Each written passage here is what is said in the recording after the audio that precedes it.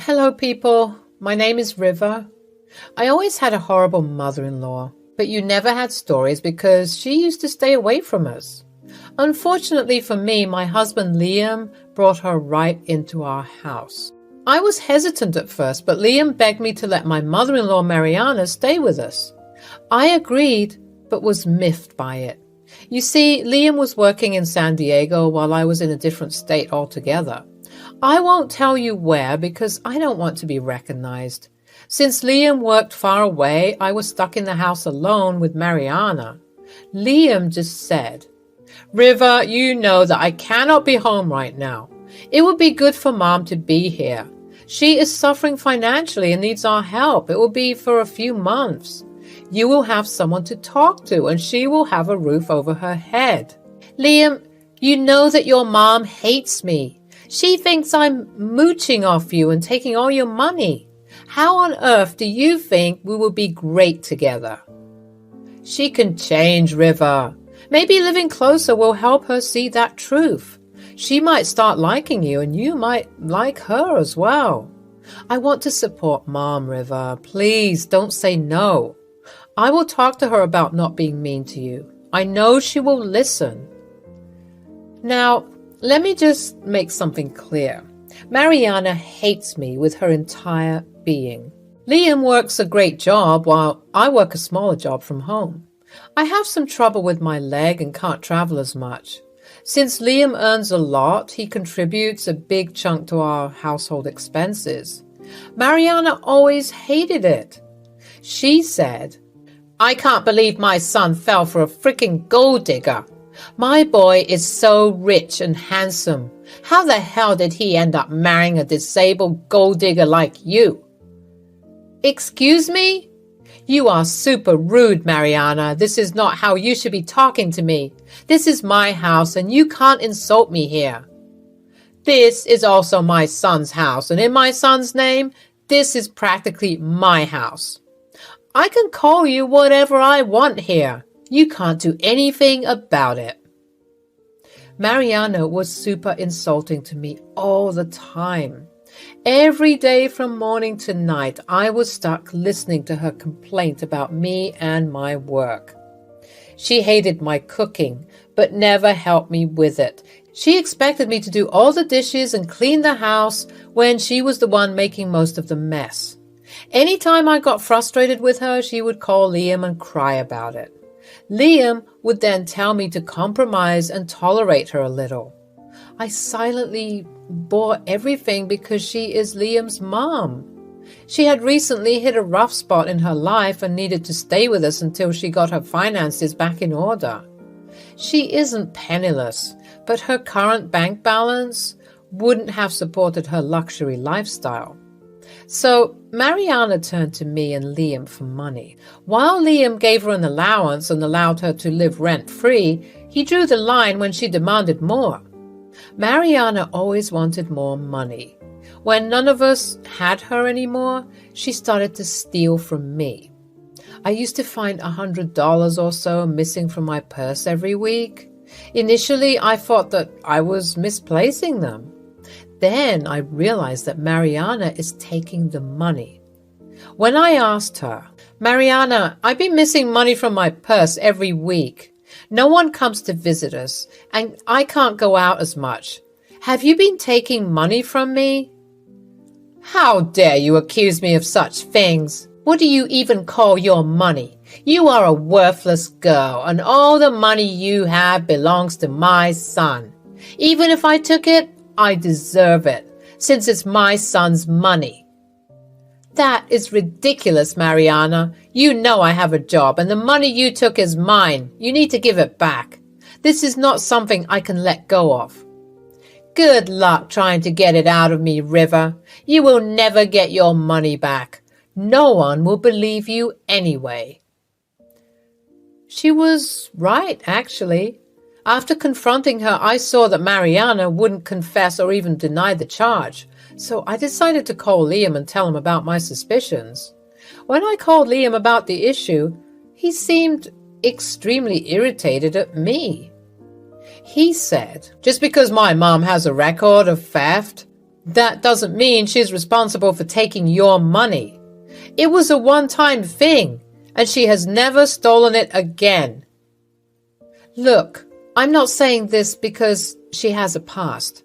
Me and Mariana are the only people in the house. I hardly go anywhere all week, and no one comes home anyway. It has to be her. I don't care what you think, River. You can't just say things without proof. I know you don't want my mom in the house, but she has nowhere to go. Please don't accuse her of theft just because you dislike her. Liam's words hurt me.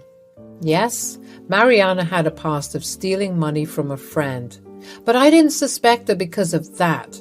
The entire situation itself pointed towards her, but Liam wouldn't believe me. And he was right.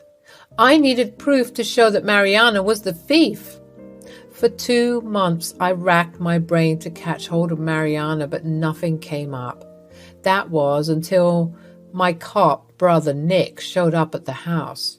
He spoke to me privately and said, "Hey sis, you know that I'm going on vacation soon, so I was hoping you could safely keep some money for me. It's about $50,000. I saved it to make a down payment on my dream house. I can't keep it in the bank account because I might spend it away. I have already talked to Liam and he doesn't have a problem, but I needed to ask you." I don't think that's a good idea, Nick. My money has been going missing around the house. I think it is Mariana, but I don't have proof. Liam refuses to believe me. I don't want to risk your money. That's bad, River. So you think Mariana stole the money? How much was it anyway? Till today, it was about $2,000. I'm going crazy trying to come up with a plan to catch her or whoever is stealing my money. You know what, River? I think you should put up some security cameras in your house. Since Mariana is living with you guys, she has to be informed about the cameras. But to avoid that, you can have them installed in your bedroom only. That's a great idea, Nick. That way I can catch her in the act.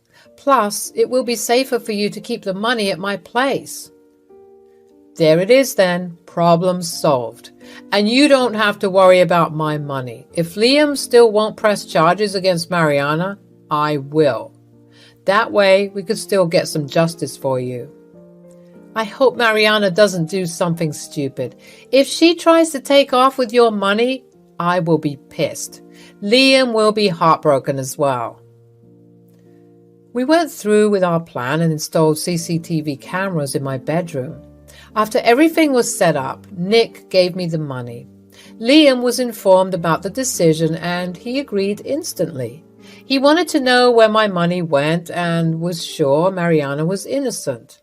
Sadly for him, things wouldn't go as he had imagined. Just 3 days after Nick gave me the money, I saw that it was missing from my safe box. I immediately called Nick, who hadn't left for his trip yet. He told me to check the security cameras and see what happened. It was Mariana who stole the money. I was furious with what I saw. I finally felt like I had an answer to where my money was disappearing. I was also super mad at Mariana for stealing Nick's money when he trusted us so much.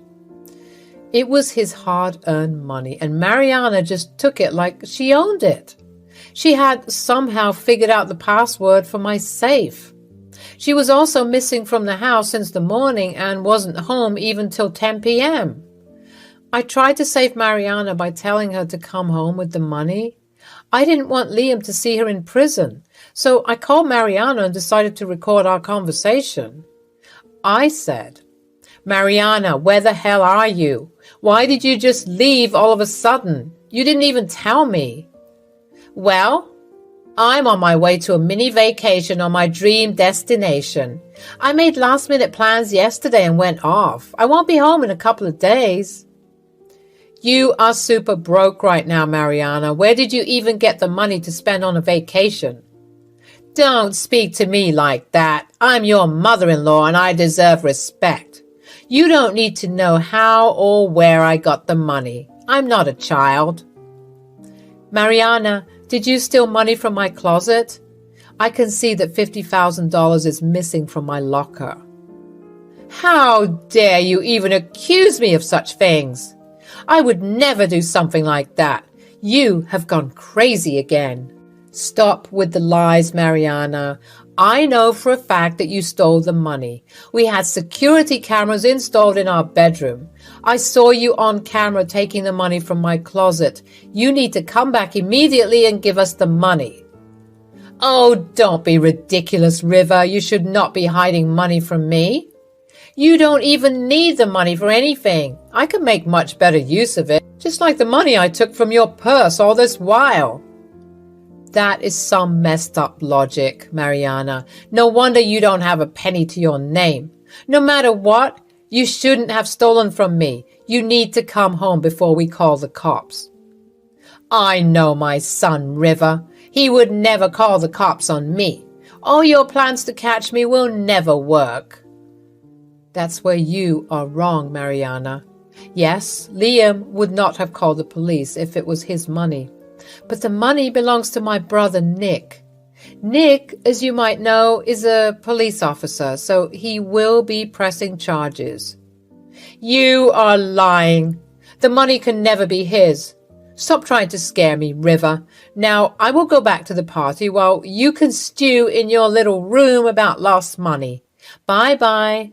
Mariana has never been very bright. Yes, she is a thief, but she just has too much faith in the I am old and innocent card. Sadly for her, this won't work in her favor anymore. I called Liam and told him that we needed to talk. He had no idea what was wrong and said, "What is the matter, River? Are you okay? Why is Nick here as well? You're starting to get me worried, River."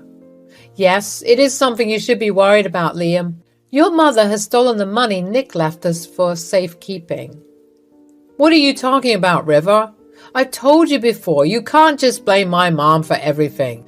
Now you're accusing her of stealing Nick's money. I am not falsely accusing her of anything, Liam. Remember the security cameras I put in our bedroom? It caught Mariana stealing the money from my closet. Are you freaking kidding me? Please tell me this is a joke. Mom stole the $50,000 your brother gave us for safekeeping? Yes, Liam. She also accepted the fact that she has stolen money from me before. I have the call recordings of Mariana where she accepted this. I'm sending you all the proof. I hung up on Liam and sent him all the proof I have, the video recordings and the last call that I recorded with Mariana.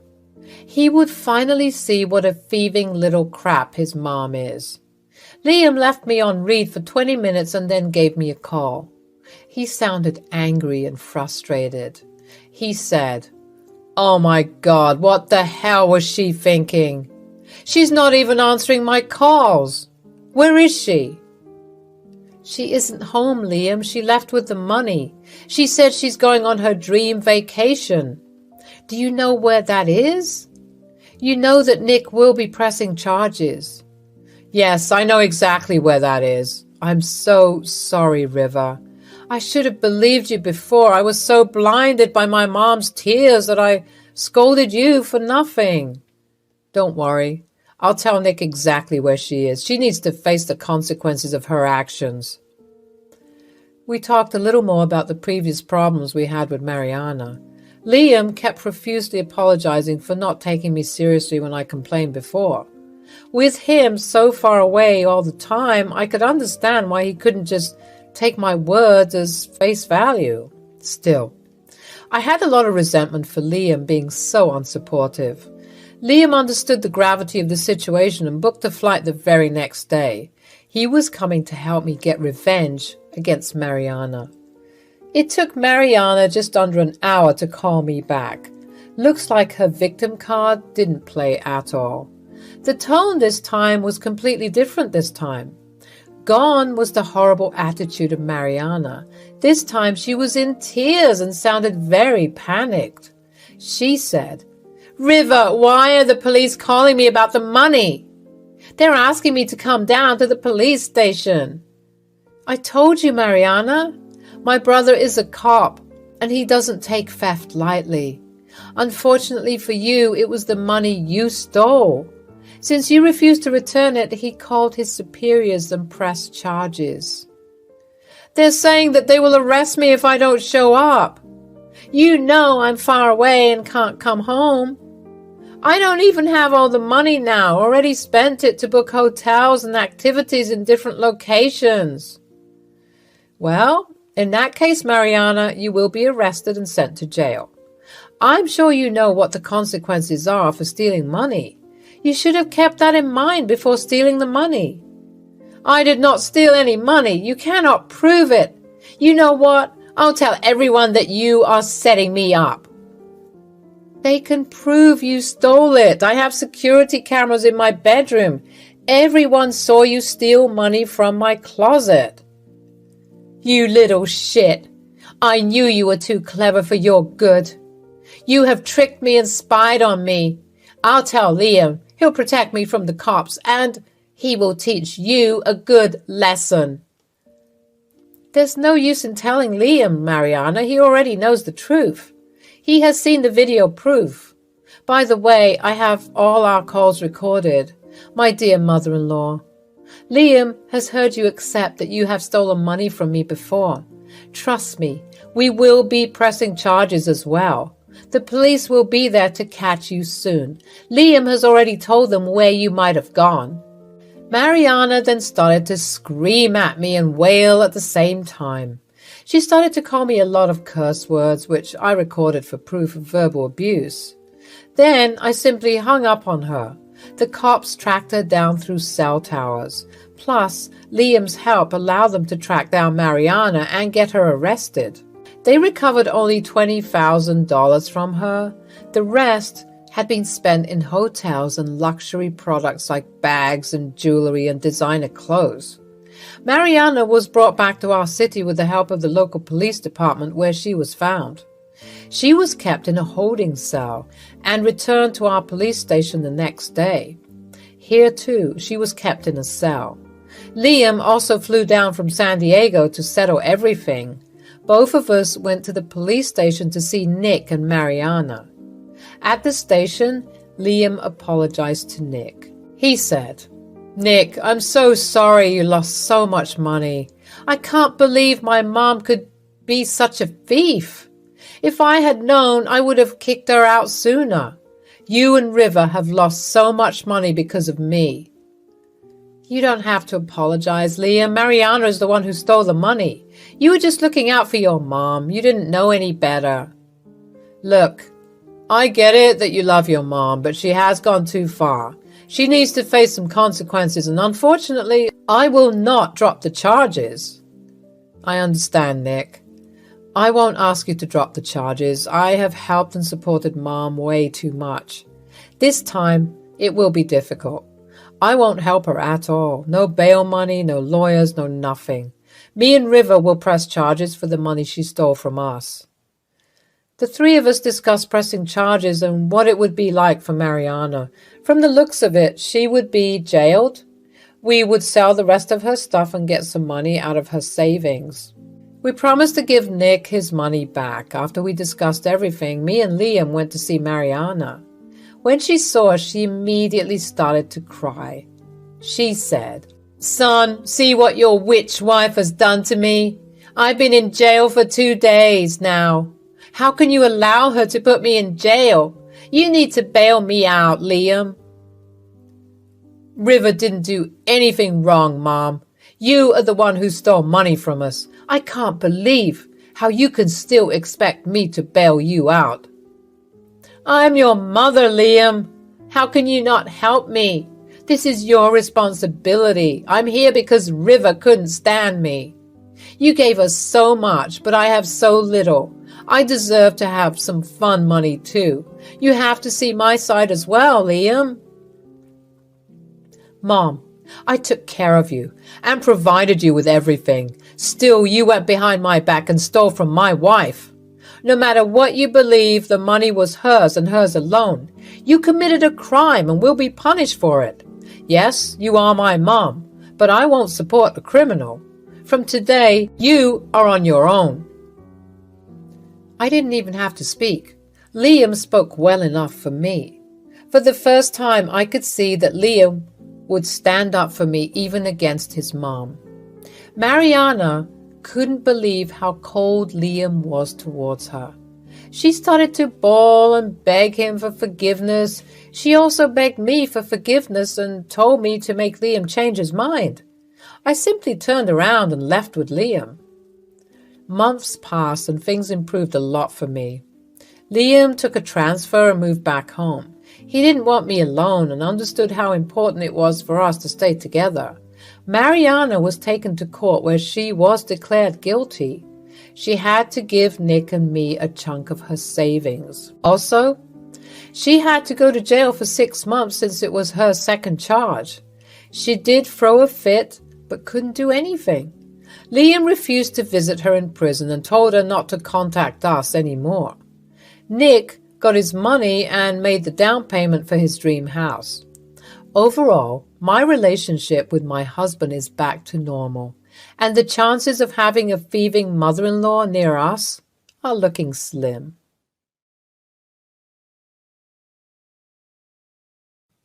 Hey y'all, I'm Lily and I'm 24. So my husband Eric and I thought we hit the jackpot with that decent house we bought for cheap. Well, let me tell you, that decision quickly turned into a nightmare when we discovered we had a bug infestation. Ugh, it was the stuff of horror movies. Picture this. Eric was away on a business trip and I was home alone minding my own business when I noticed these creepy crawlies invading my space. I almost passed out from the shock and disgust. I mean, who wouldn't? Panicking, I called Eric, sobbing, and being the sweetheart he is, he assured me that everything would be fine and I needed to get out of the house. He said he would sort everything out, but he suggested I call my mother-in-law, Iva, for help and a temporary place to stay since I didn't have many friends or family I could ask for assistance, and we lived near each other. I thought we got along quite well, but I was surprised when her response was far from supportive. She seemed annoyed and acted like I was being a nuisance. Can you believe it? I was already freaking out and she was giving me the cold shoulder. Hi, Iva, it's Lily. I have something to tell you. Something's happened and I'm freaking out. Oh, what is it now, Lily? Can't it wait? I'm in the middle of something. Well, you see, I came home today and I found, bugs in the house, lots of them. It's gross and I don't know, it's just overwhelming. Bugs? Really? Can't you handle something like that on your own? What do you want me to do about it? I don't know what to do, Iva. Eric's away and I'm alone here. It's just I can't deal with it alone. Eric said he's sorting everything out, but I wanted to ask. Could I stay with you for a few days while we get the house treated? Are you serious? Stay with me? No way. Can't you just find a hotel or something? Well, it's just that hotels can get expensive. We're kind of tight on money right now, and I thought maybe... Expensive? Oh, please, that's not my problem. Figure it out on your own. I'm not going to deal with your mess. I understand, Iva. I just thought we could help each other out. You know, since we're family. Ugh, fine. If you have to come, then I guess you can. I don't need Eric breathing down my neck about this. Trust me, folks. I was just as confused as you are right now. As I mentioned, we used to get along fine. I didn't know why she was being so rude to me at that moment. She must have been going senile. Thanks. Yeah, whatever. Just make sure you don't bring any of those bugs with you. I don't need you messing up my home. Don't worry, Iva. Thanks once again. I'll call you when I arrive. All right, so I finally arrived at Iva's house, exhausted from dealing with the whole bug infestation mess. I was so grateful for Eric because he sorted out as much as he could from his end, calling some exterminators and getting some people to move out some of our furniture and belongings to keep them in a storage unit. I went to my mother-in-law's house, but I was thinking about going somewhere else, considering the way she was treating me. But I couldn't do that. I had nowhere else to go. I arrived and I could see her scowling from her porch. I was lugging around my baggage, frustrated, tired, and sad from what had happened earlier. She saw me struggling. And you know what she did? Nothing. She just stood there, arms crossed, not even bothering to help me with the luggage. Instead, she started complaining about me being infested with bugs. Hey, Iva, thanks for letting me stay here while our place gets sorted out. It's been quite a nightmare with those bugs. Nightmare is right. Are you sure you're not bringing those nasty bugs with you? I don't want them infesting my home. What? No, I'm clean, Iva. The bugs are back at our place, not on me. I've showered like 3 times since I found them. Well, I hope you're not bringing any eggs or something. Iva, come on, I'm not bringing any bugs or eggs with me. Can you stop being so rude? Rude? Me? I'm just looking out for my home. Okay, but there's no need to be mean about it. I'm already stressed enough dealing with this situation. I don't need you adding to it. I just don't want any bugs crawling around here. It's disgusting. I understand that, but it's not like I wanted to have bugs in my house either. Trust me, I wish this never happened. Well, maybe if you kept a cleaner house, this wouldn't have happened. Whoa, hold on. Are you seriously blaming me for the bugs? It's not like I invited them in.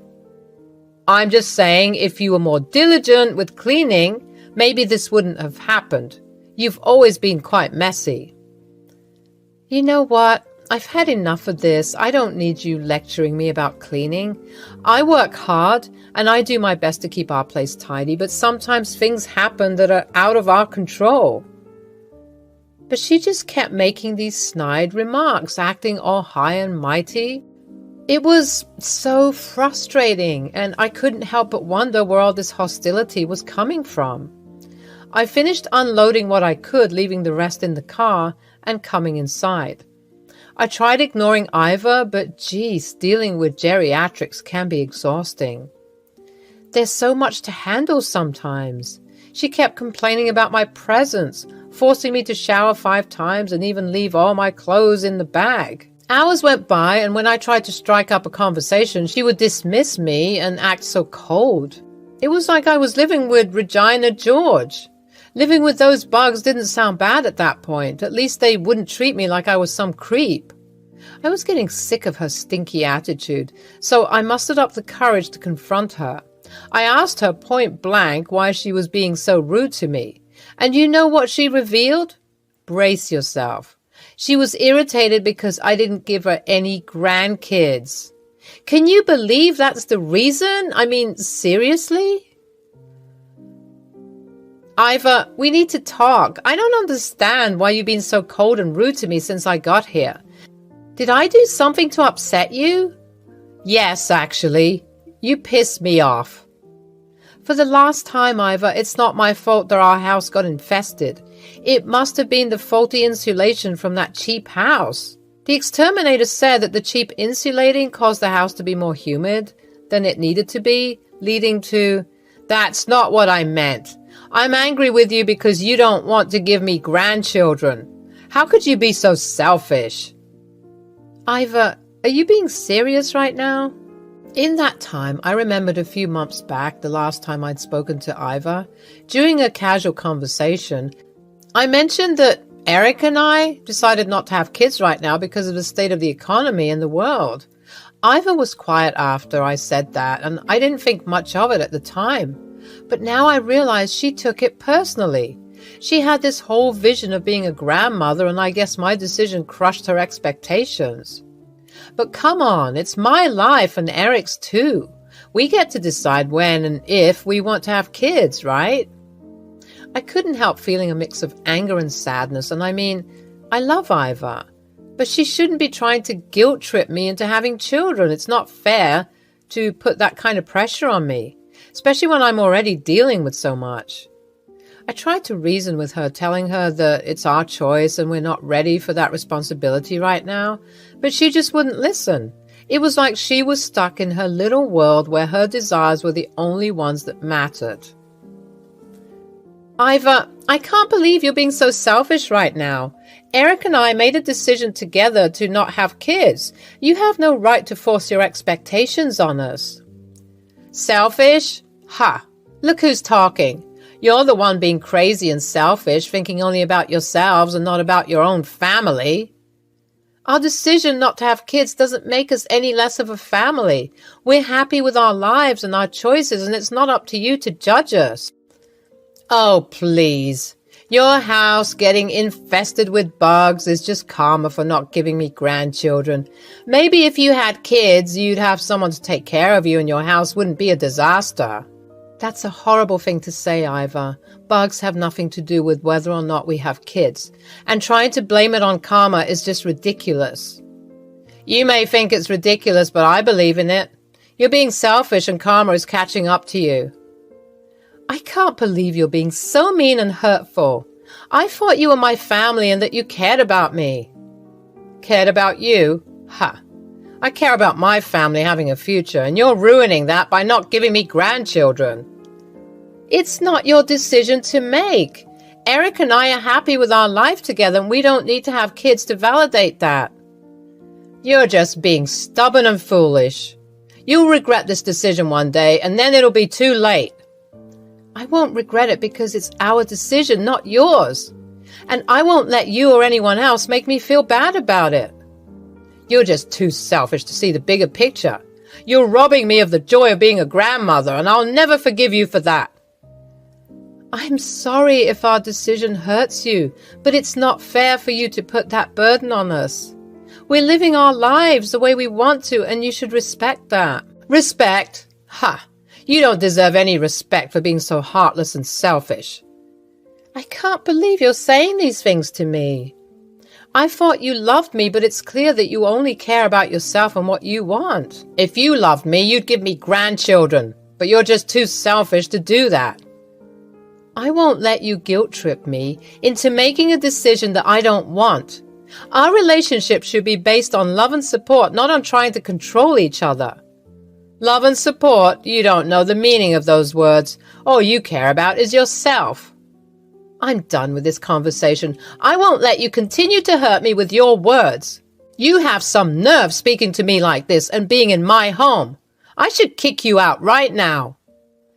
After she said that, I realized that I had to swallow my pride if I wanted a place to stay. I mean, where else could I go? I had no choice but to stay at her house for a while until our home was rid of those creepy crawlies. I suggested that we just keep our distance and give each other some space during this time. I needed a break from all the shouting and taunting that had just happened. But oh no, Iva couldn't let it go. She was all cocky, thinking she had won the argument, and she kept on making rude comments about the bug infestation and how it was some sort of karma for me not giving her grandchildren. Like, seriously? That's so absurd. I needed to get away from her, so I decided to go to the park for a bit. I just needed to breathe and clear my head from all the drama. I contemplated calling Eric and talking to him about it, but I didn't want to burden him with the drama. He was already doing so much, sorting out a household issue when he wasn't even home. He was my rock, for real, and I didn't know where I would be without him. When I got back and finally wanted to get some rest, I found that the guest room was locked. Can you believe it? I asked Iva to unlock it so I could sleep. And you know what she said? She said it was locked for a reason, that she didn't want me sleeping in the bed and potentially infecting it. Can you imagine how rude that was? I was so shocked by her inhospitability. I mean, I'm her daughter-in-law, for crying out loud. The least she could do is let me sleep in the guest room. I asked if I could sleep on the couch, but she just straight up said, "No, you'll sleep on the floor." I couldn't believe my ears. She repeated herself when she saw that I wasn't responding, thinking that I didn't hear her. Unfortunately, I heard her right the first time. So Iva dared to explain to me that she didn't feel comfortable having me stay in her nice clean beds because she thought I had bugs. Can you believe it? I was so insulted by that. Like, just because my house had a bug infestation doesn't mean I'm bringing them everywhere I go. I straight up told her she was acting crazy for even thinking I'd sleep on the floor. I mean, who does that to their own family? It's so rude and disrespectful. But you know what she said? She said, "If you're not happy here, you can find another place to stay." Can you believe her? It was already pretty late and I didn't want to deal with finding another place, so I decided to just bite the bullet and sleep on the floor. I found a mat in one of the closets and tried to make it as comfy as possible by pulling out some pillows and sheets from my luggage. I mean, it was the least I could do to make myself somewhat comfortable in this crazy situation. So there I was, setting up my mat in the living room, and then I saw Iva come downstairs with this smug look on her face. Ugh, she was getting on my nerves so much. She had the nerve to tell me that she had to go somewhere and that she'd be back later. And get this, she warned me not to snoop around looking for a key to the guest room. Can you imagine? It's like she thinks I'm some sort of thief or something. I couldn't believe the way she was treating me. It was like she was trying to make me feel unwelcome and uncomfortable in her own home. I was just so frustrated and hurt by her behavior. So after that whole mess with Iva, I went to sleep on that uncomfortable mat she made me sleep on. I couldn't help but cry myself to sleep because I just didn't understand why my mother-in-law was so mad at me. I mean, all I did was ask to stay with her temporarily while our house was getting fixed.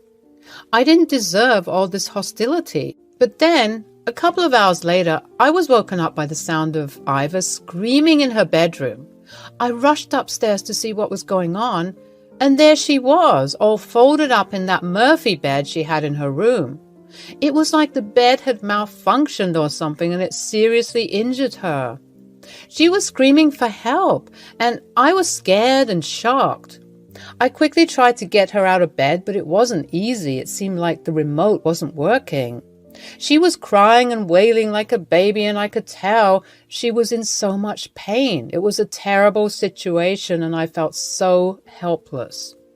But then, amid all that pain, she accused me of tampering with the bed to make it malfunction.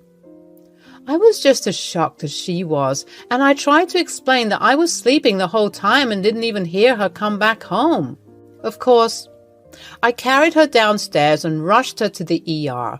It turned out that she had broken 2 ribs and had a fracture on her leg. It was a pretty serious situation, but she was going to recover just fine. I stayed by her side in the hospital. What? What is it? I just think it's funny how you were talking all day today about karma, and you've ended up in this situation. Iva was taken aback by my comment, but she quickly calmed down. I think she realized that getting worked up would only make things worse, especially since she was already in a fragile state with her injuries. But even at that moment, she didn't apologize or admit she was wrong. It was like she just brushed it off and pretended like nothing had happened. I have to admit, I was hurt and disappointed by her reaction. I thought maybe this would be a wake-up call for her to see how badly she had treated me, but it seemed like she was still unwilling to take responsibility for her actions. I still believe that you did this to me. You'll pay. At that moment, I was tired of her. Even though I didn't touch that bed, I decided to play with her. You know what, Iva? Maybe you're right. What? Yeah, Iva, maybe you're right about that. So you did it? Maybe I did. Maybe I didn't. I guess you'll never know. I'll sue you. Shh, Iva, you don't want to spike your heart rate now, do you? You have a lot of rest to do. Iva was baffled. It was funny to watch. I must have looked like an evil villain to her, and honestly, I'm not mad at it. I wanted her to suffer and think that I was the one who did that to her, even though it wasn't true. I was hoping that she would at least learn not to mess with me if she thought I was crazy enough to do something so evil. I got up and I was ready to go. I was tired of dealing with her nagging. After everything that had happened, I just needed to get away from Iva. She was yelling at me not to leave her alone, saying she was scared to be left alone, but honestly, I didn't care at that point. I told her I would come back in the morning and I would sleep on the couch. But she just kept going on, and I couldn't deal with it anymore. So I rolled my eyes, turned around and walked out. I could still hear her shouting after me, but I didn't care. I needed to get out of there. I went back to our home and slept on the couch, and let me tell you, it was the best sleep I had in days. Finally, I was free from my mother-in-law's constant yelling and rudeness. And you know what? I didn't feel bad for her at all. I mean, she brought all of this on herself with her mean and selfish behavior. It was like she was trying to force her wants on us. And that's just not how it works. You can't make someone have kids if they don't want to. So I just shrugged it off and thought, karma's a bitch. She got what was coming to her, and maybe this whole experience would teach her to treat people better in the future. I was just relieved to be away from her and back in the comfort of our own home. It was a crazy, exhausting day, but at least it was over, and I could finally get some peace. Hello, people. My name's Georgia. I have a story of my own about my crazy mother-in-law and sister-in-law. I thought you guys would like this since it has lots of drama, with a hint of revenge. So I decided to tell you some gossip about my life with my in-laws. Me and my husband Leo are a two-person family right now. We are approaching our mid-30s but haven't had kids yet. I guess it truly is a bad thing not to have kids by 30. At least that is what my mother-in-law and sister-in-law always said. My mother-in-law Paula is one of those people who is expert at making others do what she wants. She can be extremely manipulative and demanding of everyone. While she is easy on her daughter Alicia, Leo and his father John have the short end of the stick. Paula has always been on our butt about having kids. She always said, "When are you two having kids? I'm getting tired of waiting." Paula, we just got married last year. We want to be properly settled before planning our future. We will need time. That is not acceptable at all. You guys should have kids right now. I know you're holding your womb hostage. Leo for sure wants to be a dad. Mom, what are you saying? It was a joint decision. We both want to advance our careers a bit before we have kids. We have to be sure that we're capable of having kids. All this is nonsense. Taking care of children comes naturally. It is not good enough excuse for you guys to not have kids.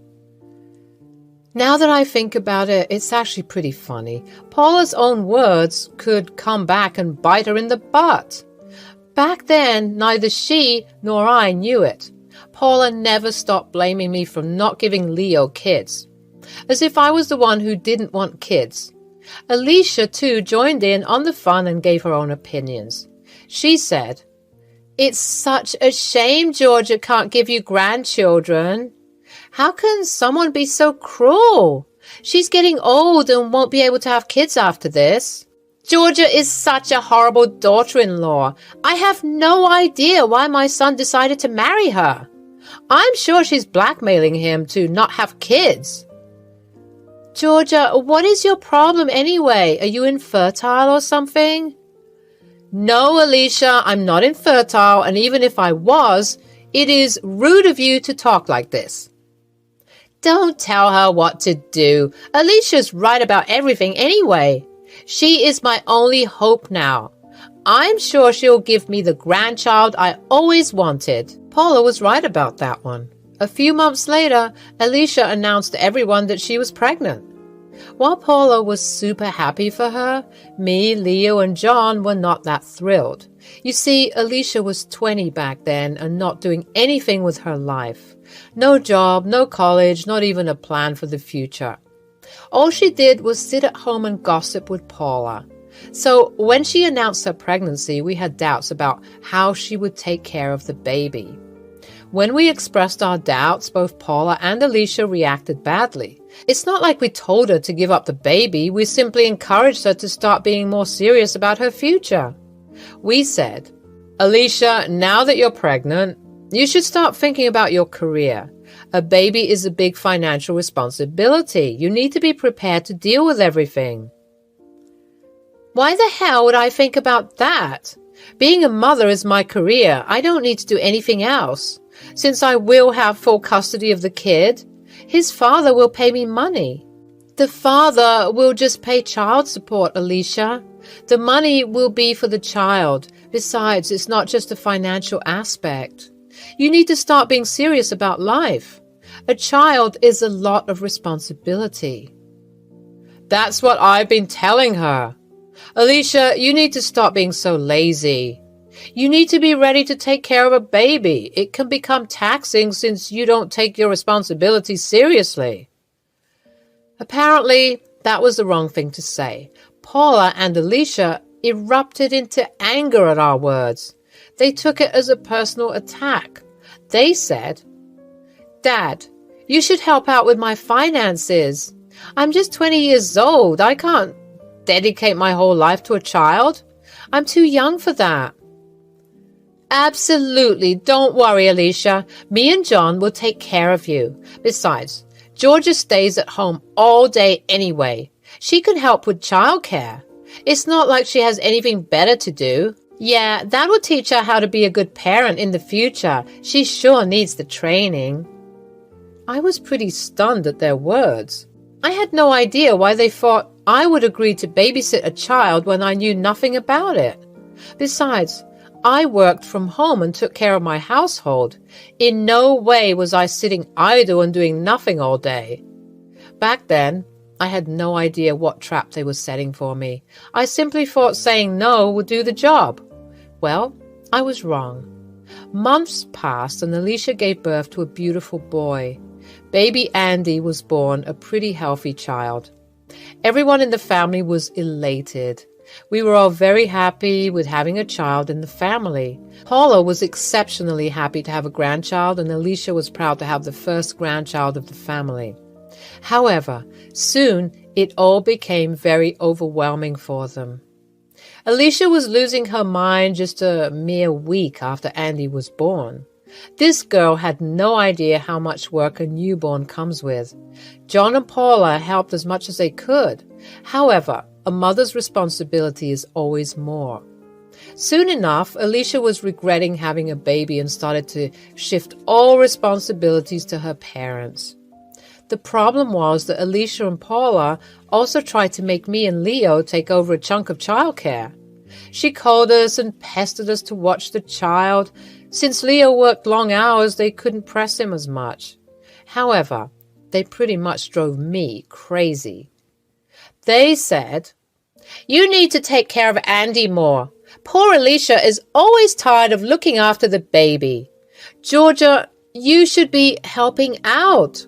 Don't be so lazy and selfish." Andy is a few weeks old, Paula. I do not know about taking care of a child.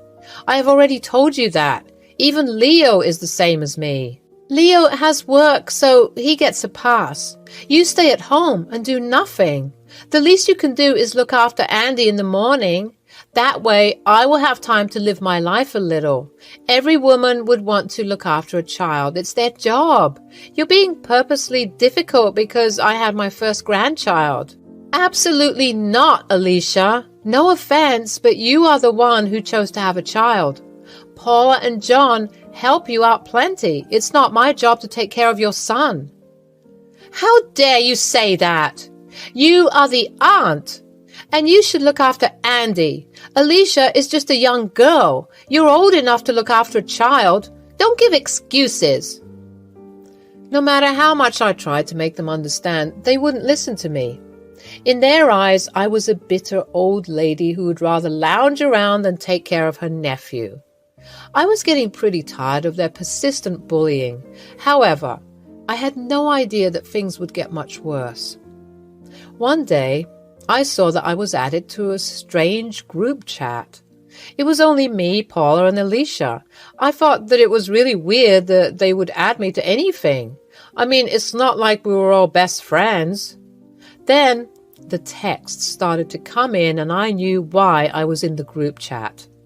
They said, "Hey, Georgia, I was texting you to tell you that me and Mom will drop off Andy with you tomorrow. You need to babysit him till dinner." You have to be kidding me. Andy is a newborn. You can't just leave him with me. I cannot look after him. I have work, plus I don't even know how to take care of a baby. Well, I don't know that either, but I manage. You'll manage as well. I'll be at your house bright and early. No, I will not agree to this. You can't just leave your newborn with anyone at this stage. I'm not agreeing to this. Don't be a jerk, Georgia. My daughter is exhausted from looking after Andy, so we will go have some fun tomorrow. She is a young girl and needs her share of fun. You cannot deprive her of it. Now stop arguing because it won't work.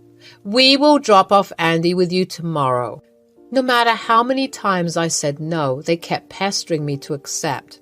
In the end, they stopped replying to my texts entirely. I was offended and pissed at the fact that they wanted me to be a standby parent. When I showed Leo the texts, he tried to play it cool. He said, "Don't worry about it, Georgia. I'm sure Mom and Alicia got your message. They will arrange something else." There is no way I'm taking care of a newborn, Leo. If they show up, I will turn them away. I can promise you that. Of course you will. None of us are qualified to take care of a newborn. Mom and Alicia won't be that stupid to force this on you. They are tired and must have spoken out of desperation. Leo tried to calm my fears, but for some reason, I was still anxious. With the experience I had with Paula and Alicia, I knew they would try and con me into caring for Andy. I really hoped they had gotten my message and dropped the topic. They did read my text but never replied, so I was pretty anxious about what they were planning. The next day, my worst fears came to light. That morning, I was going through my usual routine. After Leo left for work, I stepped into the shower to take a warm bath before starting to work. After I was done, I came downstairs to have some food, but when I went to the living room, I heard the cries of a child. Immediately, I was alarmed. The sound was coming from the front door. In my mind, there was only one way there was a child at my door. I went to the door and opened it. What I saw made my blood boil. Andy was crying in her car seat that was right on my driveway. Immediately, I took Andy in and kept him in the living room. It was freaking 100 degrees outside, so he must have been out in the sun for a while. I was furious. Andy didn't even have a diaper bag or formula with him.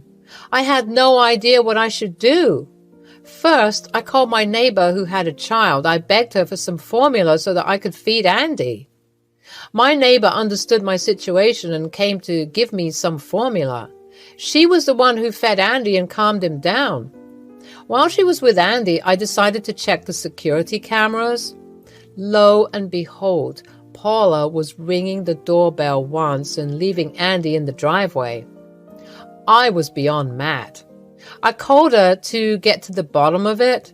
When she picked up, I said, "Why the hell have you left Andy in my driveway? The child was out in the heat for at least 10 minutes. What is wrong with you? Where is Alicia?" "You need to calm down, Georgia. Alicia's with me. My poor daughter is tired of being with the baby, so I took her out for a fun day. We will be gone till dinner." "What? But what about Andy? He can't be here all day." "You need to take care of him now. Alicia is tired of looking after Andy. She needs a break. You are the aunt, so you better step up and help out. You sit at home and do nothing anyway. You cannot do this, Paula. You are insane. This is child abandonment. Don't be so dramatic. You're clearly at home and can take care of the child. Andy is not abandoned at all. Listen to me, Paula. I never signed up to take care of the child. You didn't even inform me when you dropped him off here. You and Alicia need to come back immediately or there will be consequences. We are already at a nail appointment. We have way too much planned today. Don't be a witch.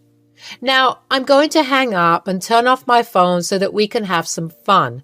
Bye. Saying that, Paula simply hung up on me. I was shocked by their irrational behavior. Alicia had also turned off her phone or blocked my number. After 15 minutes of trying to reach them, I was fuming. So I decided to make them face some serious consequences. First, I called Leo to put some sense into his head. When he picked up, I said, Leo, your mom just dropped off Andy on our doorstep. She didn't even call me, just rang the doorbell and left. What? Mom did that? You have to be kidding me. Where is Alicia? Did you call them? Yes, I did call them both. They're together and left for a nail appointment. They demanded that I take care of Andy. From what they said, they won't be back till the evening at least. Oh my God. They have gone freaking crazy. What do we do? I'm going to call the police, Leo. They have abandoned their child on my doorstep. If we don't teach them a lesson, they will never learn. What they did today was unsafe and highly inappropriate. You're right about that, Georgia. Fine. Let me try and reach them. If they don't answer, you can call the police. After hanging up, Leo did try to reach Alicia and Paula. The calls never went through. Paula had only left him a message saying that I needed to stop being a witch and look after Andy. Leo was furious and told me to call the police. That started a chain of events that Paula or Alicia never predicted. I called the police and they were at the house in no time. After shaking them all the security footage and text messages, they called CPS and took the baby into their care. I knew that the police tried to get in touch with Paula and Alicia. Since they switched off their phones, the cops were forced to contact John. John did call me immediately after the police got in touch with him. He was at work and was forced to drive to the police station to get the baby and talk to the cops. When he called me, he said, "What is going on, Georgia? I got a call from the cops that Paula left him at your door." I'm extremely confused. Paula and Alicia are not picking up my calls either. Alicia and Paula left Andy on our driveway. I think Alicia was in the car with her. It's 100 degrees outside. Paula just rang the doorbell and left. I was in the shower and didn't even hear it. I found him when I heard him crying from my bedroom window. Shit. This is insane. I don't know what has gotten into them.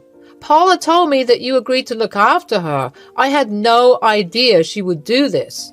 I would have stopped her. Hell, they left the child in this heat. I am sorry for calling the cops, John, but what they did risked the health and safety of Andy. He could have had some health consequences from being too long in the sun. What if I hadn't heard him? Georgia, you didn't have to apologize. You did the right thing. None of this is your fault. Don't worry. I have put up with Paula and Alicia's behavior for a long time now. I think it's time they have some punishment.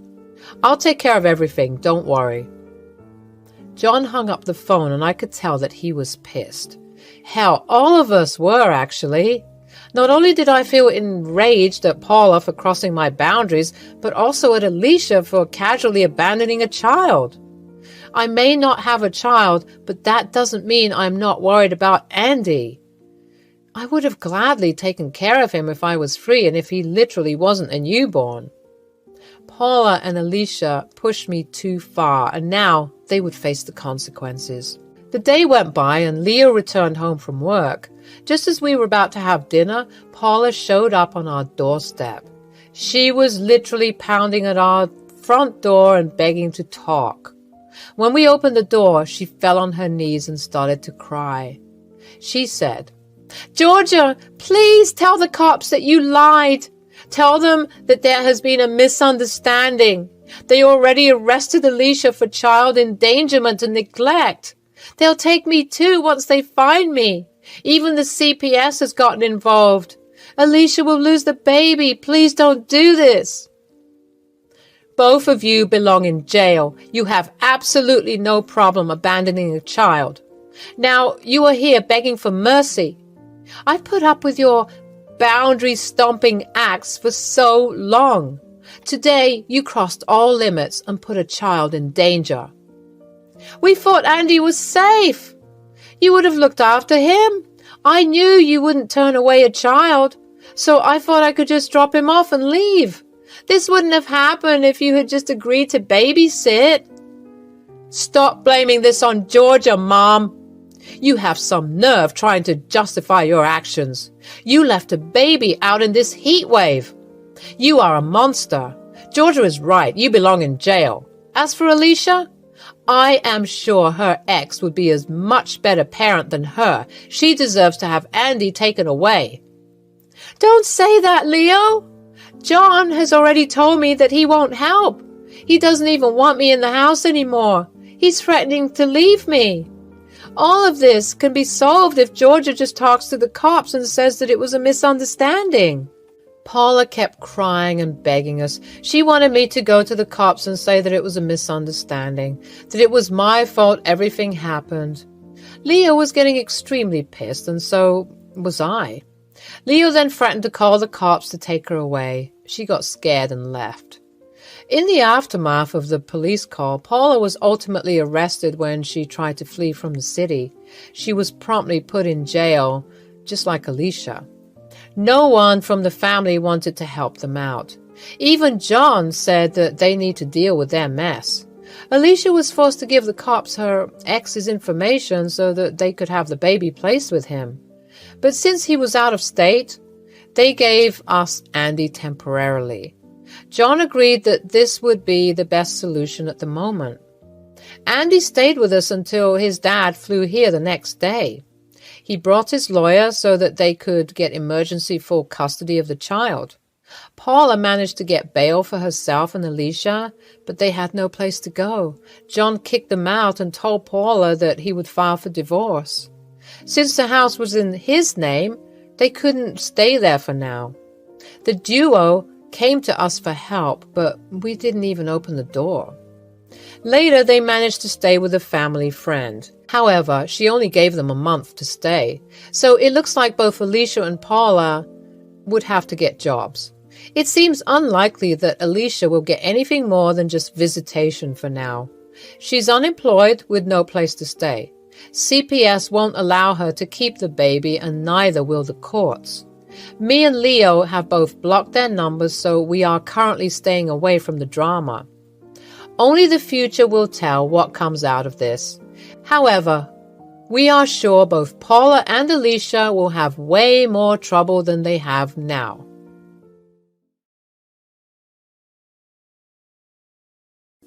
Hi, this is Melanie. I'm 30 years old and I work as an editor in New York City. I had a husband, but now we're really not on terms. This was a sudden thing that happened between us and something that had to do with his parents. The main reason was his betrayal. We're still working on our divorce. He has not come to terms with it, but I don't give a rat's ass anymore. He was working as a bartender in a renowned restaurant. For privacy reasons, I won't be mentioning the names of the places we work at. He was in his own lane and I was working as an intern at the time. So, feeling independent, I wanted to take my parents to a fancy restaurant, and this one was very near to where I lived. How convenient, isn't it? Well, now I wish I had chosen a different restaurant. My parents were very happy for me. I was always an underconfident girl, so the fact that I got a job in New York as an intern writer really changed my perspective. They were hesitant at first, but when I assured them, they agreed. New York is a big city, and somehow, with the favor of luck, I managed to find a second-hand apartment. The man was really old and he wanted to give it away before going to his daughter's place in Michigan. This felt like my calling because, weirdly enough, I'm from Michigan too. The place was a 3-bedroom apartment. It was pretty decent and neat. The amazing fact was I got it for cheap. The restaurant where Greg used to work was a 20-minute drive from there. When we reached, there was a party going on, some rich person's birthday. Thank God I booked 3 reservations, or it would have been really embarrassing for me. The place was cozy and there were many people, but we had a really private compartment just for ourselves. We were having a casual chit-chat about work and life when suddenly a waiter came and handed out drinks to the 3 of us. When I asked the waiter who gave it, he simply pointed me at a counter. I looked and saw a tall, charming blonde man. He was serving drinks and talking to other people. At first, I didn't pay much attention, but later I noticed him making eye contact with me. I don't know why I was blushing, but I did anyway. My parents understood the vibe and they nudged me to talk to him and that they would sit here and enjoy themselves. I was shy, but I went ahead to the counter. He was very attractive, at least to me. So, how much for the extra drinks? We didn't really order this. It's on the house, ma'am. That's really sweet of you, but I don't really need anything free. I'll pay for it. My parents are here and I don't want them to think of it as a present. Is this your first time in this restaurant?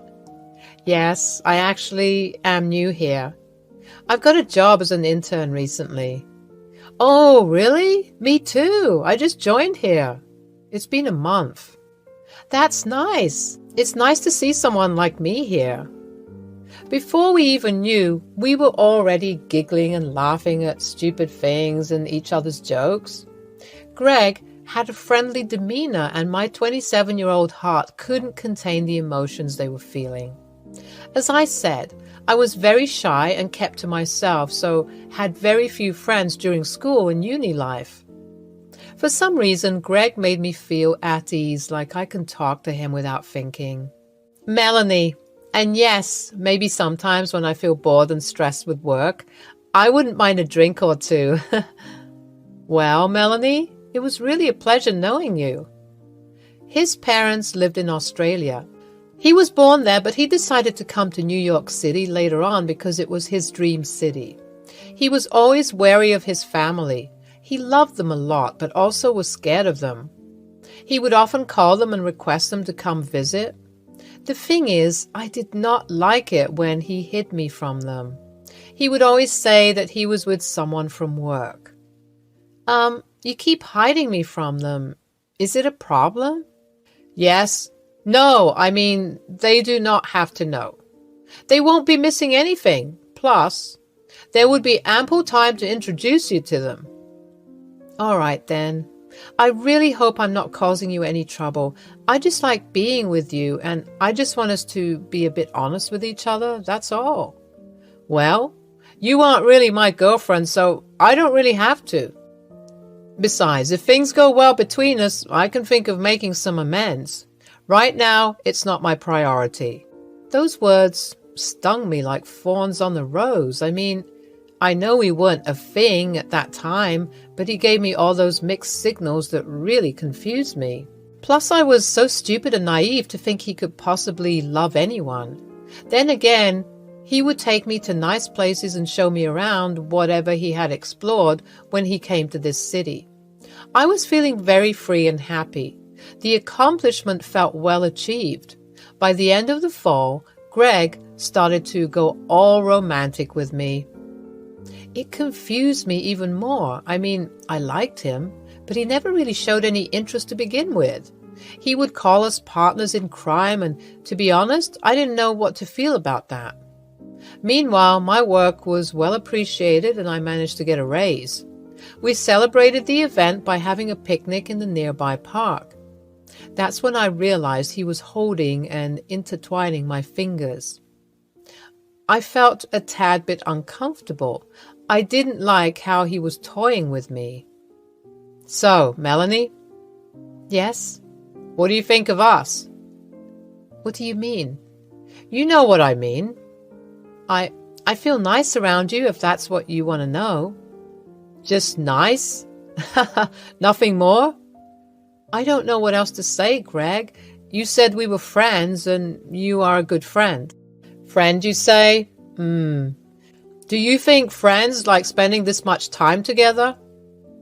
I had nothing to answer. Greg wanted me as his partner. It has been almost a year and a half since we've known each other, and I'm getting old. I told Greg that I needed time. He'd said he'd wait, but not for long, 'cause he is too impatient. He moved in with me soon after, and it started to feel like the real deal. Even my mind started to feel conflicted the moment he drew the ring. I did say yes.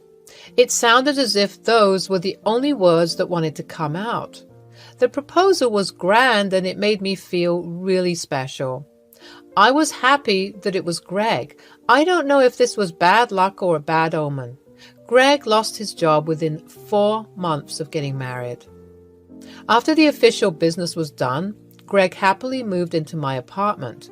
We took our time fixing the space so that we can make room for everything. My parents were happy, but also skeptical. I mean, why wouldn't they be? Greg was the kind of husband who would really love me, but not seem to acknowledge me in front of other people. There were times when we went to parties and he would let me go to hang out with his friends. He would not really introduce me until I made the move. He still wouldn't tell his parents. So, babe, shouldn't we let your family know once? Yes, in time. Not now. Why are you always in a hurry? Again? Why not? Jesus, Greg, this is too much, don't you think? What is wrong with us? Look, I have a lot of explanations to give, and I need time. So don't meddle in things you don't understand. I didn't understand what the explanation was, but I was patient. The only thing that I wanted from him was to acknowledge me. He would go meet his boys every now and then, sometimes without informing me. I would receive his phone calls after he had reached there. This would continue for a while, when he suddenly lost his job. The reason he gave me was that he fought with his colleague and did some collateral damage. He told me that he would borrow my money for a while until he gets another job. I remember him crying in his bedroom like a little boy. I wonder what goes on in that head of his. Well, don't worry about the money. Just let me at least know what's going on. It's an emergency, and I promise I will make it up to you once I get the job, okay? I tried to keep our house together, made some renovations and changes. My parents were also sending me money sometimes so that I could handle the household a bit more efficiently. I was happy to feel independent, but you see, sometimes money can get spent very quickly. I too need support, and as much as I love Greg, I wanted him to help me as soon as possible. One day, his words fell on me like explosives. Honey, I have something to tell you. My parents? What about it? They will come to visit you. I mean us. Huh? Okay. Did they say when? In 2 days. I've arranged everything. I just need you to do a small favor. Okay. Can you please tell my parents that I bought this apartment and all the other things? They are unaware of the fact that I don't have a job, and it would be kind of embarrassing if they, I know it sounds weird, but my parents are really judgmental and scary if they get to know I lost my job. Babe, please understand this. Okay, fine. It is temporary. You know how bad I am at lying. They won't know. Don't worry. I just try at least, please. Whatever you need.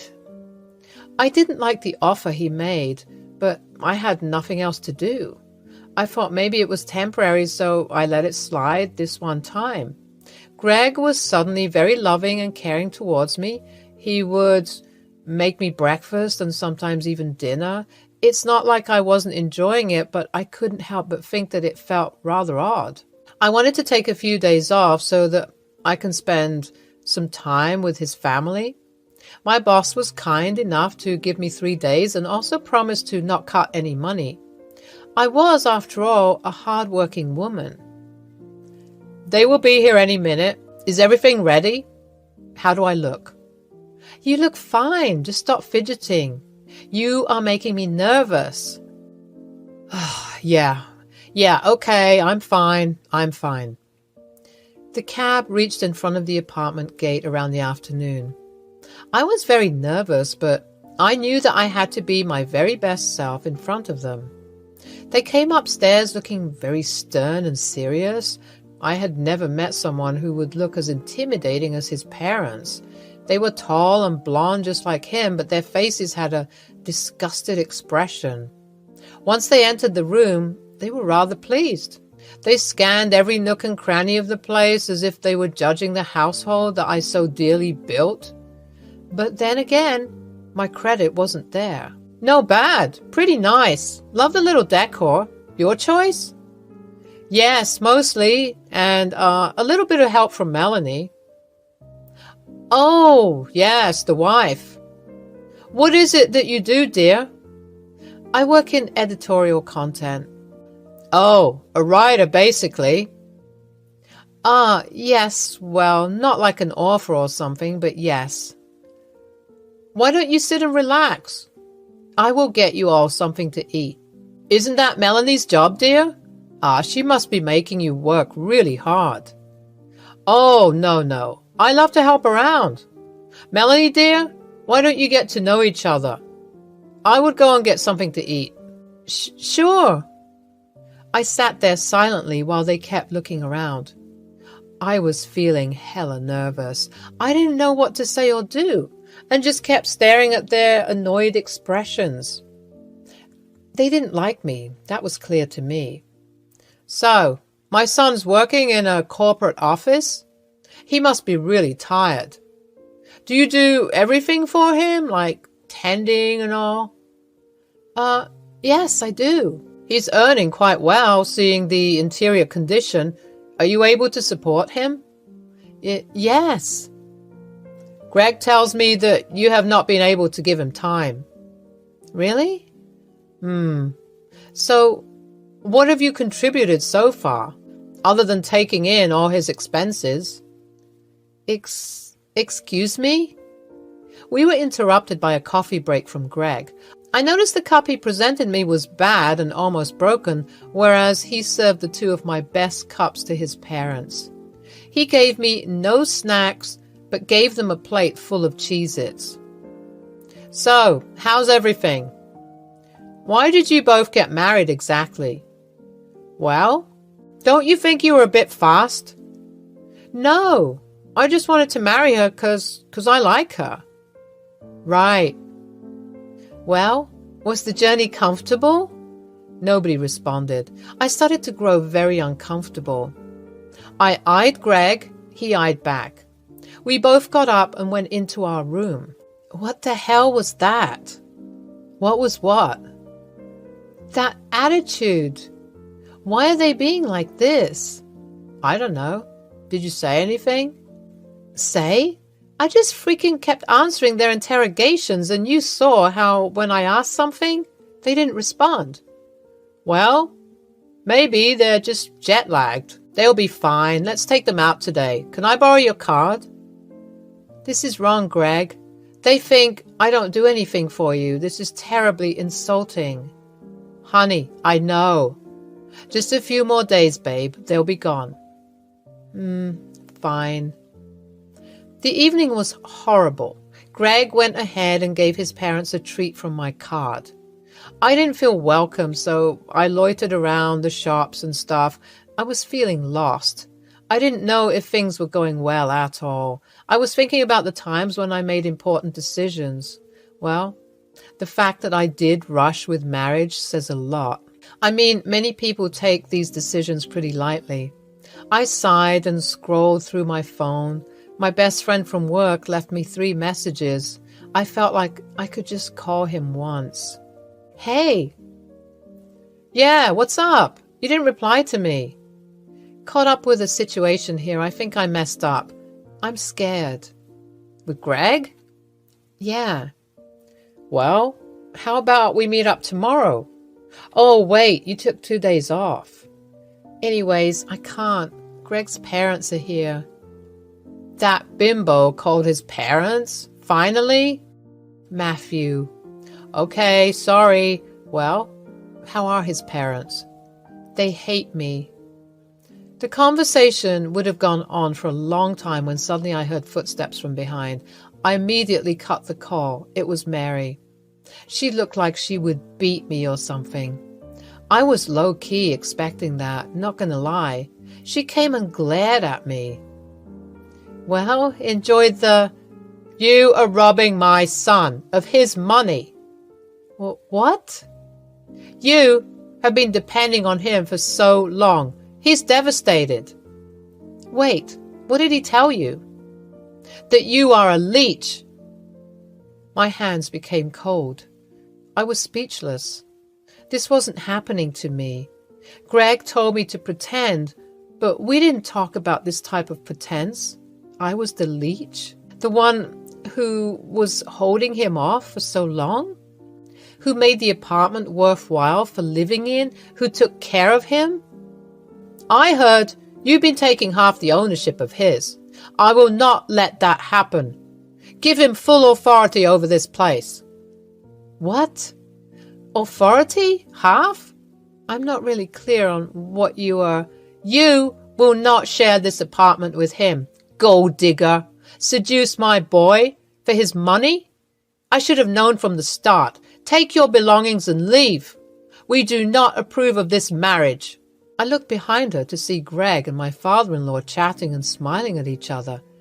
Tears were filling my eyes. My anxiety rose to its peak.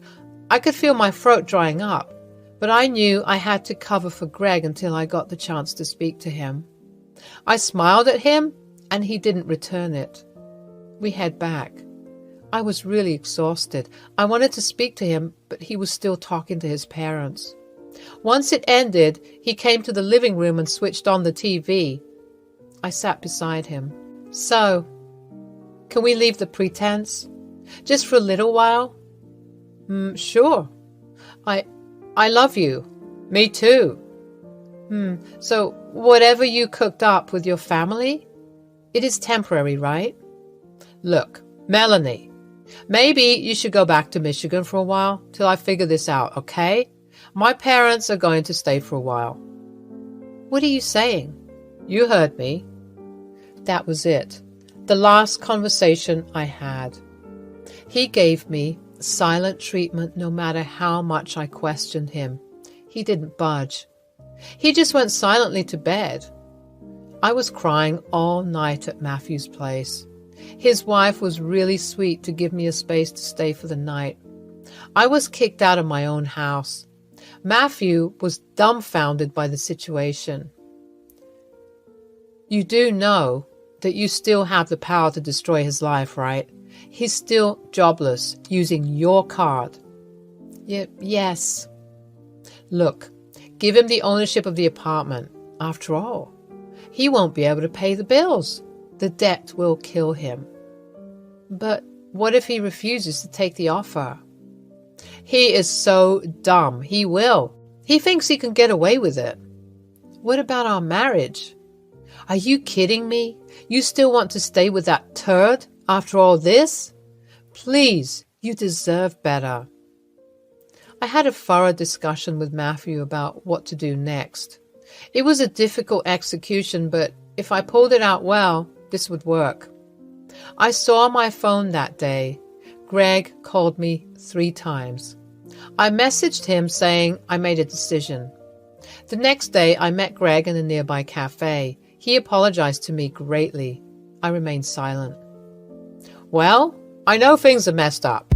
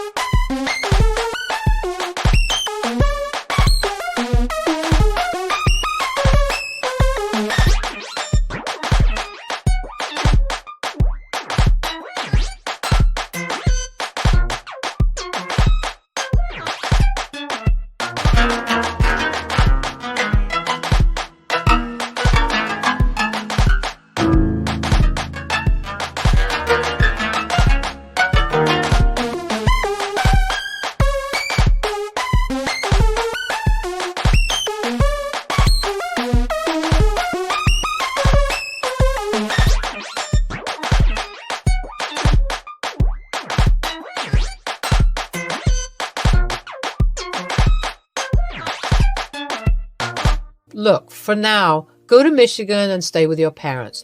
I will take care of the things here and then come back to take you. Sure. And? Then I'll try to get a job. But for now, can I please keep your card, honey? Yeah. I've also decided on giving you ownership of the apartment. For now, let me pay all the bills. Later on, you can return me back. Wow. Are you sure? Yes. I will make things right, babe. I promise.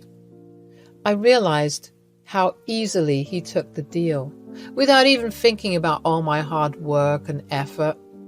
I knew then it was all over. And also, he is dumb. I went back to Michigan and requested my boss to let me work from home since I had a family emergency. My boss was extremely considerate. I cried a lot at my parents' house. I told them everything and they were furious, but they didn't scold me. I learned a valuable lesson. Now it was time to take action. I blocked my card, which was being used by Greg. After the ownership was given to Greg, I made sure not to keep any written documents on me, claiming I would continue to pay bills and stuff. So naturally, I cut that off too. Let's see how he pays all the debt piling up. Matthew gave me another offer of a cozy 2-bedroom apartment somewhere near my office back in New York. I accepted it. It was kind of him to help me out through this process. I went to court along with my family and worked on the divorce papers that would be sent to him soon. I made sure he was cut off from all supplies on my part financially and emotionally. He was dependent on me. He thought he would lie and keep me away from everyone and would also use me for his own benefit. Now, that's not going to happen anymore. Enough. After a month, I received an unknown call. I picked it up and surprisingly, it was Mary, Greg's mother. She was frantically crying and apologizing. Is this Melanie? Dear, it's me, Greg's. Oh, yes. How can I help? I'm really sorry. My son made a small mistake and now he's in deep trouble. Oh, really? What kind of trouble? His card was declined and he's received a warning letter for not being able to pay water and electricity bills. But he has a job. He can do it. No, dear. Look, I understand. We made a mess. He didn't mean it. Please give us a bit of money, just enough for us to get plane tickets. Oh, really? Now? Sorry, no. I'm going to send something else, though, later on. What? Divorce papers. I hung up. It was hilarious how Greg didn't even have money to pay for his parents' flight tickets to get back. Of course, he couldn't. He was probably planning to bring his parents here permanently since he had to pay for his parents' bills back in Australia. I became his source of money. But he wanted to man up, so he told his parents that the whole apartment was his and everything was his doing. But now, he will be getting warning letters after letters until the government decides to cut off his power source. He has to pay all of that at once. I wonder how he will be managing. I don't care anymore. Greg was new in New York City. There was no possible way he could fish off help from someone, and the restaurant he was working in hated him to the core because he did cause hazards there. Meanwhile, I have a new apartment and 2 dogs. Matthew gave them to me. They are really adorable. The divorce papers were sent long back. I know it would take time because Greg calls me every night to help him and apologizes, but I don't listen. I mostly cut the call on him. Recently, I got promoted as an editor, and now I feel like I am finally settled. Hello, I'm Judy. I'm currently 29. I've been married for 2 years now. We don't have children, but I would like to say that we're proud owners of 2 dogs and 1 cat. My husband and I have settled comfortably in Pennsylvania. Things were not that difficult for us, but my mother-in-law was extremely problematic. Initially, she used to visit us often, and boy, the time we had to deal with her absurd demands.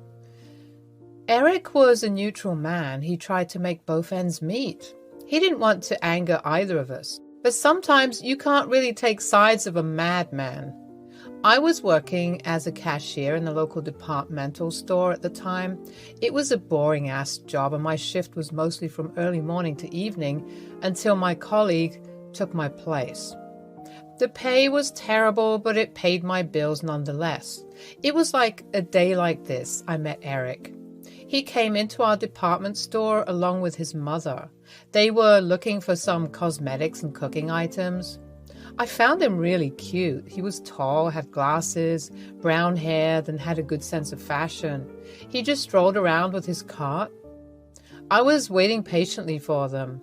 The moment he approached the counter, my heart skipped a beat. He was even cuter up close.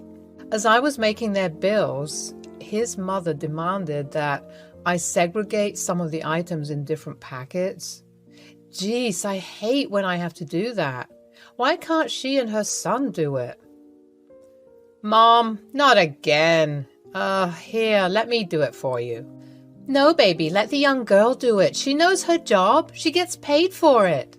I get it, but there are a lot of items. If we don't provide an extra hand, it's going to take forever, and there are people waiting in line, Mom, please. Son, when I say I want the young girl to do it, I want her to do it. Now be a good boy and stand aside. This was probably the weirdest thing I witnessed. I was 26 at the time, and he was probably 27 to 28. Still being treated like a big baby. I giggled quietly to myself. The son was super embarrassed. He couldn't even make a single eye contact with me. After all the things were packed, they left. The mother was overly talkative and demanding. She waited for a whole ass 8 minutes, guiding me on how to put what in what packets. When something was done not to her liking, she would immediately stop you and make you do it whole damn thing again. I feel bad for the girl who would marry the guy. A hell of a woman she would have to deal with. I was done with my shift for the day. I got changed and headed outside when suddenly I saw someone walking up towards me. It was the guy from today morning. He looked so flustered. He bought a few things and handed it over to me. Hey, look, my mom was very rude today and I'm sorry on her behalf. She can get a little... Oh my God, you really didn't have to. That is awfully nice of you. It's all right. I have dealt with customers like that. Yeah, but well, how can I make it up to you? It was just a small thing, really. You don't have to worry about making it up to me. Geez, besides, you already got, checks the packet, ice cream. I do run an art gallery, like I'm the curator. Well, in simple words, I manage artists' work and showcase their talent. People come to watch and critique and all other boring stuff, but it can get a little less boring if you can come to my place for a little cup of coffee. What do you say? Are you asking me on a date? Well, if you want to look at it that way, then be it so. You don't really mind, do you? I don't, but is this all for what happened today, or... To be honest, no. I found you really cute, and damn, this is embarrassing. Rather, visit my gallery. I'll get time to muster some courage by then. Here's my card. You can give me a call at any time. It was a pleasure meeting you. Looks at the card. Eric, I'm Judy, just in case. Pleasure was all mine, Judy. See you soon. Let's hope so. He left with a swag. I must say, I have hit some jackpot this life. A curator who owns an art gallery shows interest in plain old boring me? Well, okay, let's see how long this can go. Weeks passed and the memory of our encounter lingered in my mind. I finally mustered the courage to take Eric up on his invitation. I took his card from my purse and gave his number a call. Hello, Judy. Wait, how did you know it was me? I never called you before. You may call it anything, guess, telepathy, or intuition. I think I would call it waiting desperately for my crush to call. Oh, shh, you're exposing my secret. So, Judy, Did you think about my proposal? Of course, that's why I called. I wanted to take an appointment, dear sir. You are indeed funny. There's no appointment needed when it's you. Just come a little before lunch, as I have things to prepare. We wouldn't want you to barge in on your surprise now, would we? Okay, now I'm super curious. This isn't fair. I hate cliffhangers. Well then, let's not wait for the next episode. Tomorrow, 11? Yes, done deal, monsieur. The day I visited the gallery, I was wearing a nice floral dress, makeup not too much, kept it elegant and simple. The moment I reached the alley, a rush of excitement and nervousness washed over me. I had always appreciated art, but had never delved deep into its rich tapestry. As I walked through the gallery's doors, I was greeted by Eric, who handsomely grinned. He took me on a personalized tour, sharing stories about the various artists and their work. The passion and knowledge he exuded were contagious, and I found myself captivated by his every word. We spent hours strolling through the gallery, lost in the beauty that surrounded us. Eric's eyes sparkled with joy as he described the emotions and stories behind each piece. It was as if the art came alive under his guidance, whispering secrets and inviting us to dive deeper into their mysteries. So, doesn't it get difficult, the competition, I mean? While my gallery is smaller and more compact than the famous ones, I introduce underrated artists. Many rich clients wanted to buy from this place. I may not have reached fame, but it's not fame that I seek. I seek the joy of exploring new concepts and meanings. It's just me. You are different, Eric. It's nice to see someone not running after recognition all the time. Oh dear, it is 30 minutes past 1. You must be hungry. Shall we eat? His dining room was something straight out of a Victorian novel. It was so pretty and well decorated. I was baffled by the aesthetic sense of this man. I was now low-key getting really insecure. I felt like Eric was too good for me. I mean, any woman would be charmed by the elaboration made by him. The table looked like royalty. Geez, do I even deserve this? Of course I don't. But Eric never made me feel small. He was warm and welcoming, even offered to serve me. You did all this for us? Are you serious? Of course. Why not? It's just the two of us. Oh, Eric, you really didn't have to work so hard just for us. I would have been happy with takeout, really. Nonsense. Takeout for a lovely lady? Absolutely not. We were having such a wonderful time with beautiful background music taking place. I almost got lost in my own wonderland when suddenly we both heard rapid footsteps down the hallway. It came closer to the door and the door swung open. It was Eric's mother. The woman made a dashing entrance, which reminded me of those soap opera actresses. I tried my best to contain my laughter. Oh, here you are. I've been screaming your name and no response. How hurtful. I thought you weren't home, but here I see you're having dinner with a... Eric's eyes widened with a mixture of shock and concern. He quickly rose from his attempts to conceal his uneasiness. My heart raced as I stood up, feeling a wave of anxiety wash over me. I had not anticipated this unexpected encounter with his mother.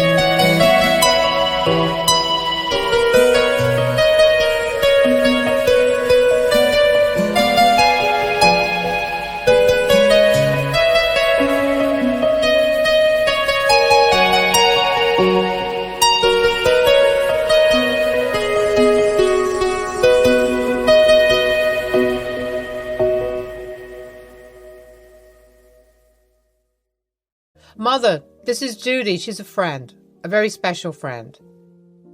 I know who she is. The lazy cashier from the departmental store.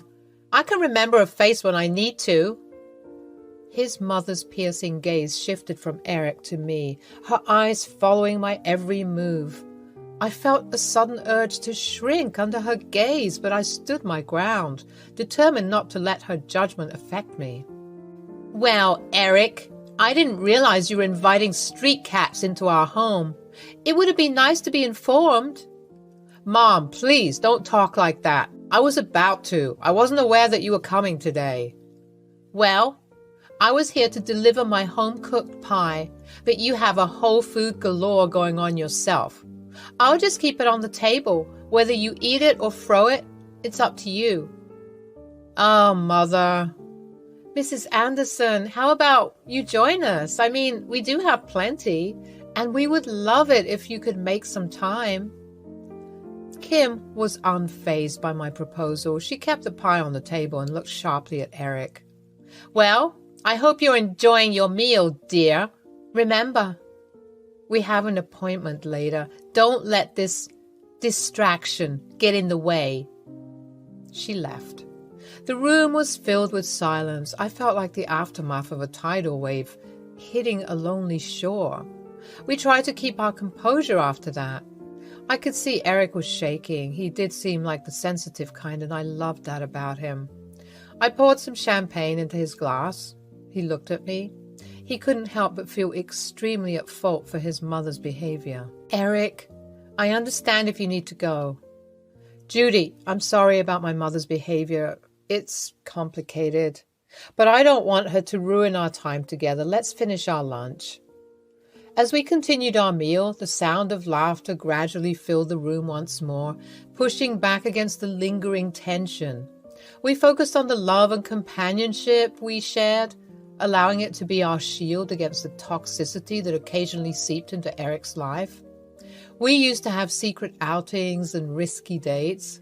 His mother was always up on his heels. She would always call and ask him if he was with me or not. He would give some excuse and then cut the call. The connection between Eric and me blossomed into a deep and profound love. We continued to explore the realms of art, creativity, and life together, allowing our shared passions to strengthen the bond that grew between us. However, with each passing day, the disapproval from Eric's mother, Mrs. Anderson, grew more evident. She made her disdain for our relationship known.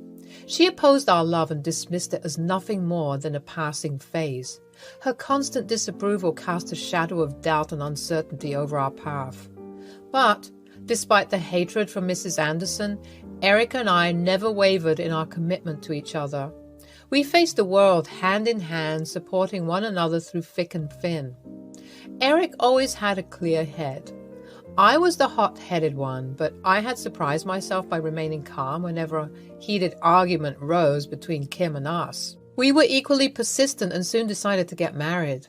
Whether it was out of spite or love is a debate for some other day. I settled in with Eric. Of course, Kim didn't attend the wedding. She claimed it to be an atrocity. I left my apartment. I was kind of relieved that I didn't have to pay rent anymore, but most importantly, I was with the right man. Are you planning to remain a cashier forever? For the time being, yes. I'll be looking for other jobs, though, and also, I was thinking, well, be quick about it. I know you're planning to take advantage of my son's expenses, but as long as I'm breathing, I would never allow that. He's a self-made individual, and I expect you to bring yourself up to his standards. You know, I can't really match up with his stature, but I assure you I will provide equally for him. I love him.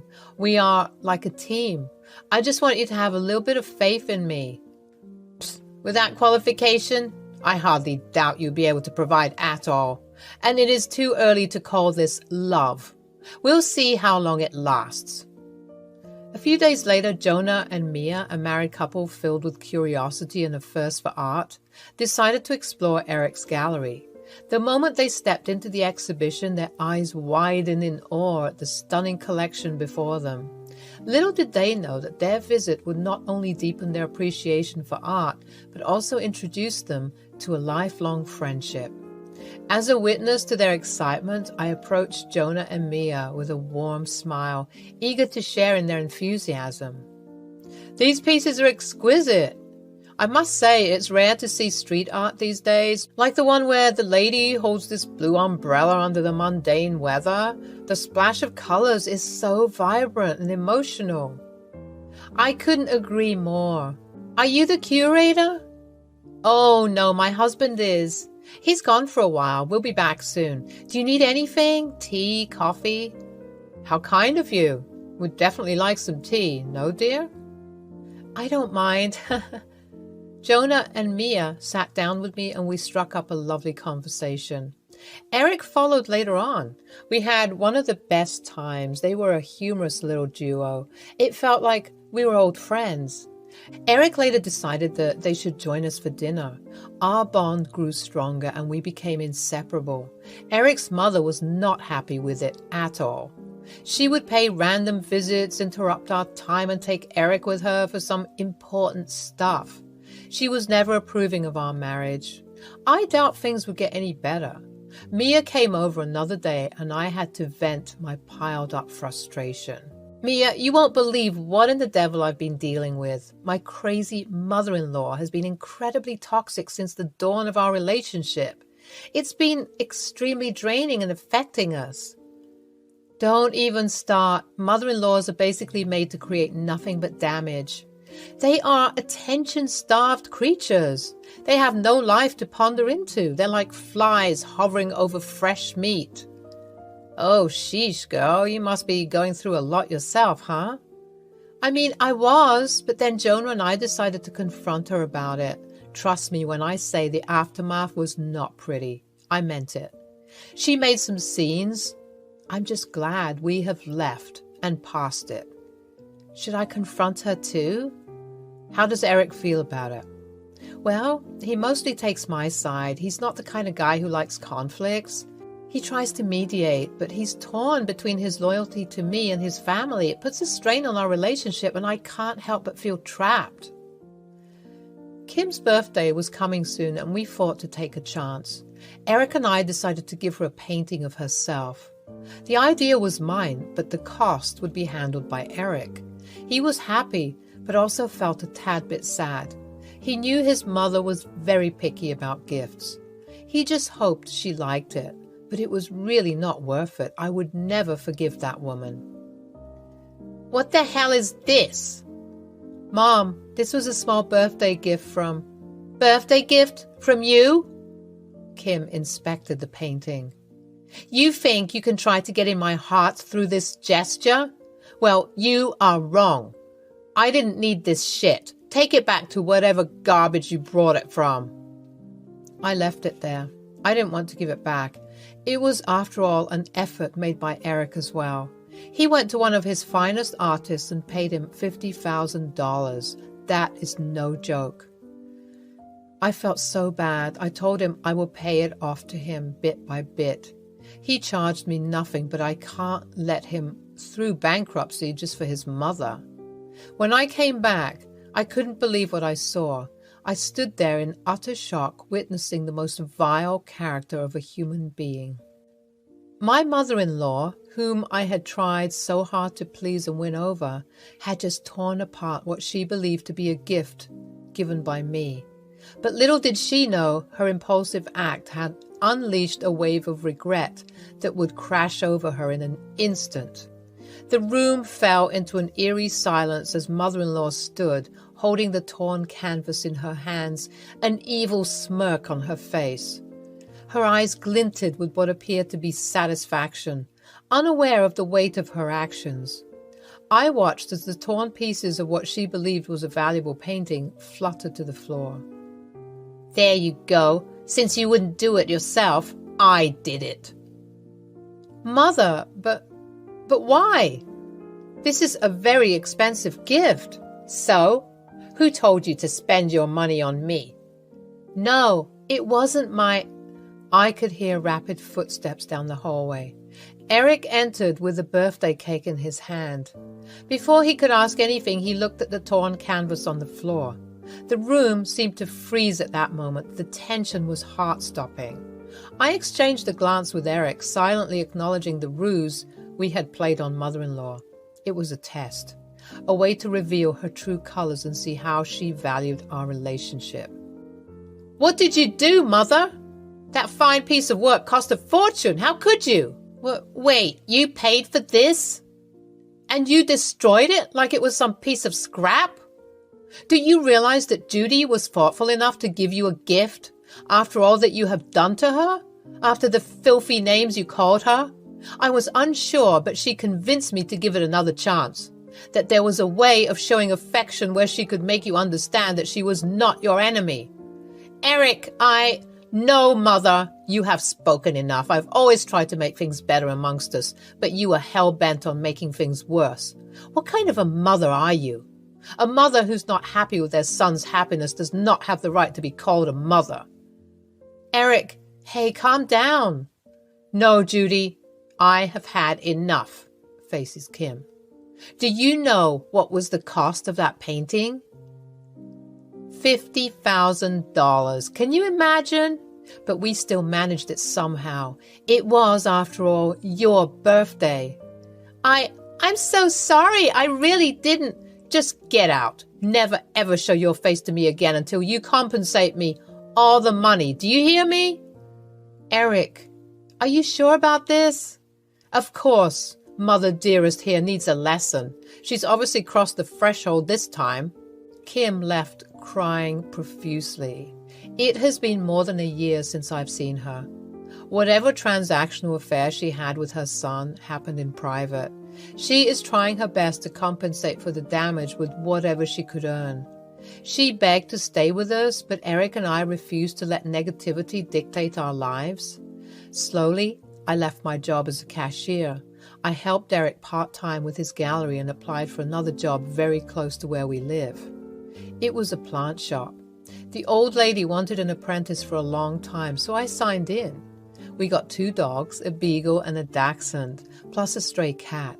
Jonah and Mia became our closest friends. They often visit us and vice versa. Trust me, life couldn't get any better after that. I'm just glad we managed to get past it and are trying our best to nurture each other as much as possible.